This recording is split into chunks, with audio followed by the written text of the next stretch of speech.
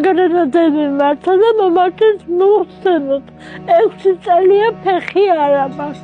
მე მაქვს ინფარქტი გადატანილი ლისუტი და ძალიან ცუდად ვიყავი. ძალიან მიჭირს წამლის საშუალება არ აქვს. საჭმელი ძალიან მიჭირს.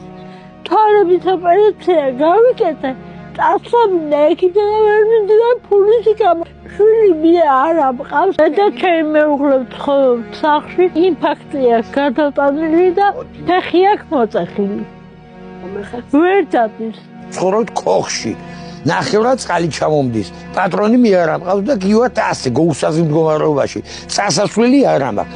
მიმართე თავრობას, მიმართე თავმჯდომარეს, მიმართე გამგებელს და ადგილები არ აგვაქვს და იყავით ქუჩაშიო. მე ხა მარტინზე რომ მოვა, ვიდა ადგილზე გამშენაგია, საწოლი არ გადავა პანსიონში, არ გადავა. ქუჩაში გავათრებ და არ გადავა. თხოვრო შემიძლია პატარა ეზო, რომ შევიდე და ვიტხოვრო.